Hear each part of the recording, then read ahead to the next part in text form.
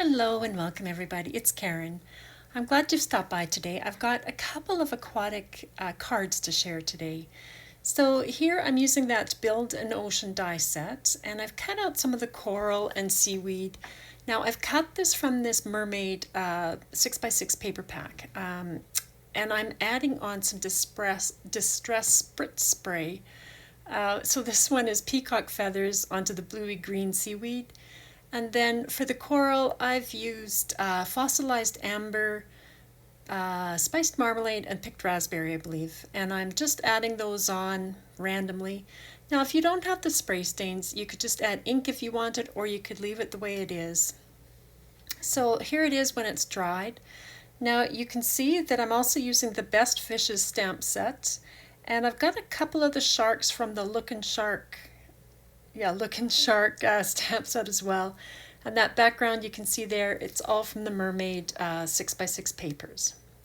Okay, so for my first card, it's going to be a shaker card. I'm using that Mix and Match marquee die set, and I've die cut 3 frames here and a 4th one, which I've backed with some acetate. So I'm putting my background down on my A2 sized card here, and then I'm gluing on this stacked up frame. So I think I had 3 stacked outline or frames there that I'm stacking on. And I'm just adding in some of that coral and seaweed, and because it's going to be a shaker, I'm going over it with my anti-static powder tool or bag there. And I'm adding in some mica flakes here and some old sequins, and I think I had some, I don't know, some shiny bits from Michael's there. But then I'm adding glue, and I'll add my top layer on top of that to make a shaker. Oh, and I added the fish in too. I glued them in. So there you can see it shaking away. And then I'm adding this little shark to the front. And from that Cutie ABC die set, I have cut the word lunch with a question mark. And I just thought that was really quite fun with that shark there. But sadly, I covered up his little hands, as they were in his mouth there. But there's the card. So that was my super easy card. Now this one is a card style I love. It's an acetate bendy card. It's a 5x7, so there's my 5x7 inch card base. And then from the pattern paper, that same mermaid paper, I cut this piece, and it's 5x5.5 inches. So I'm going to put this right on my 5x7 base. I'm going in 3/4 of an inch on the left, and it will be in 3/4 of an inch on the right. So I'm just gluing that in place, and then I'm going to score at 3/4 of an inch, 6¼ inches. So that's right beside that pattern paper. And then I will score the whole card in half at 3½ inches. So right there. Now we're going to bend that middle fold. I don't score this, but you do want it to bend. So that was a valley fold, and these are now mountain folds on the outside edges, both of them. And so that we've got a couple of pieces now of pattern paper. This was actually left over from the first card, so that's why I chose it. But they're 5 inches tall by 3/4 of an inch wide, and they will go on the outside edges. Now I've got a piece of acetate that is 5 inches tall by 6 inches wide, and I'm going to score that with a stylus just 1/4 of an inch in from each end. And this is just going to give us a tab where we can attach some double-sided adhesive tape. So I'm folding both those under in the same direction and giving them a good burnish. Now this is going to go in the middle of this card, so it's going to cover over that pattern paper. And the goal is it's going to pop out like this. So in order to help it do that, I like to sort of curl it the way you would a ribbon. I'm just sort of pulling it here, but you do have to be a little careful that you're not scratching your acetate when you do this. So I'm not going super hard when I do that, but it gives it a little bit of a curl. And now I've put some red line tape on those tabs on both sides, and I've taken the release paper off on the left. And I'm just going to attach this right to where that score line is, where the pattern paper ends. And just pressing that down, and then I like to burnish that a bit because it helps make that red line tape disappear a bit. And then I can add my piece of pattern paper to this outside edge. Now these are little scrap pieces of acetate. it really doesn't matter what size. Mine is 3 inches by 1 inch, this one, and I'm going to score again at 1/4 inch in from both ends. You can make these whatever size you want. They could be taller, they could be wider, and you'll see in a minute how these go on. But again, I'm folding them under just like with the other one, both tabs in the same direction. And now this one is 4 inches wide by 1 1/4 inches tall, and so it's just a little bit bigger than that other one. But again, I'm scoring at 1/4 inch from each end, and then I'll fold both of these under as well.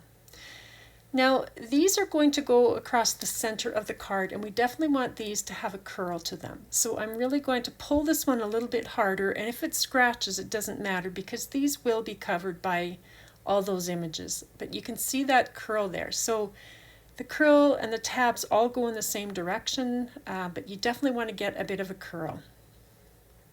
So there's the second one.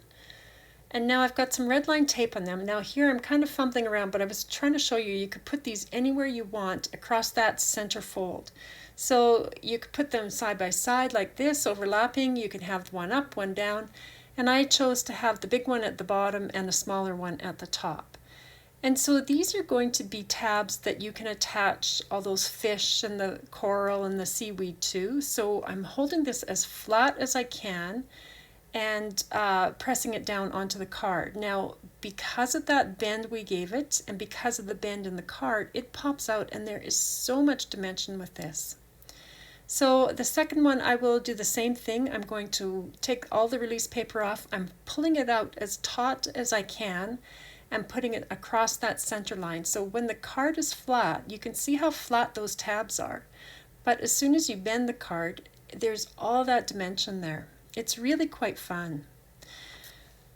So here I'm going to add this coral. Now, if you add things to the background, like I'm doing here, I would not put them across that center fold unless you've scored your image in half, but it's going to look kind of weird with a fold in it. So I try to avoid that center fold line. So this one I'm just going on to the right side of it. Now here I've just added a bit of glue to the middle part of this piece of coral, and I'm attaching it right down to that acetate tab. And then you sort of have to just let that set up a bit. And then I've got some seaweed that I'm covering with glue on the front side, just at the bottom of it, because this will attach to the back of the tab. So you have so many choices now of where you attach things. Because this one is going in between the two pieces of coral, and it really helps add to the dimension of this card. Now this little fish is going to go on that upper tab, and I've kind of, they get a little awkward to hold on to sometimes, so I usually use my tweezers and I just stick them on and let them sit there till that glue sets up. Now with this fish, I want him to go on the front piece of acetate, so again I'm putting glue just around the outside edges, and I will attach him right to the front, so I can kind of position this one where I want it to go, and then just close the front piece of acetate down, and he will glue right to the front of the card. So again, he's going to be even further forward than the coral in the background, so it really adds to the depth of this card. Now I'll show you in a minute what I do to get rid of any extra glue on the acetate. But here you can see I've been attaching some of the images to the back of the front bendy acetate. Others are attached to the actual background itself. And then the other images are attached to front or back of those acetate tabs that we put in. So just lots of fun, this card. It really amazes me every time I make one how much depth there is to this. Now, if you did get any extra glue, I use a bit of isopropyl alcohol. I just put it a little bit on a paper towel and wipe off the glue. And then I usually take a dry piece of towel and just wipe off after that, and it comes off really well. So you have a nice clean acetate. Now, to stick this down, this card is going to go completely flat. So you can see there how flat it will go.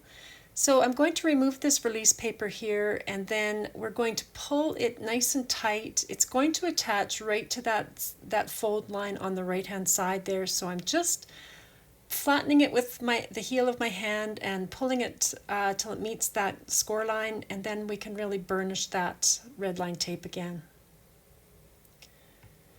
And then I'm going to attach that second strip of pattern paper to the right hand edge. And I have this shark from the Lookin' Shark stamp set, and he's just having a great time. He's looking at lunch again too, so there's the sentiment. I just cut that out to be a bit of a speech bubble. So that's the close-up of the card. Now, it is so much fun, and you know, I've shown it to my husband and my son, and they love these cards. You know, they're just different. They're so not what you would get in a store. They're just full of dimension, and you can put so many things in them. It could be so many different themes, this. And you can see there, you don't have to have everything attached down, so that gives it even more dimension, but the front acetate protects any images that are not glued completely down. I've put some more of that pattern paper, the mermaid pattern paper, on the back, and just some white cardstock to write your message. And as you saw, it stands up beautifully and folds completely flat. So just a really fun card style. So there you go, guys. I hope I've given you a little inspiration for a couple of summertime cards. Thanks for stopping by. I hope everybody's having a great day. Talk to you next time. Bye.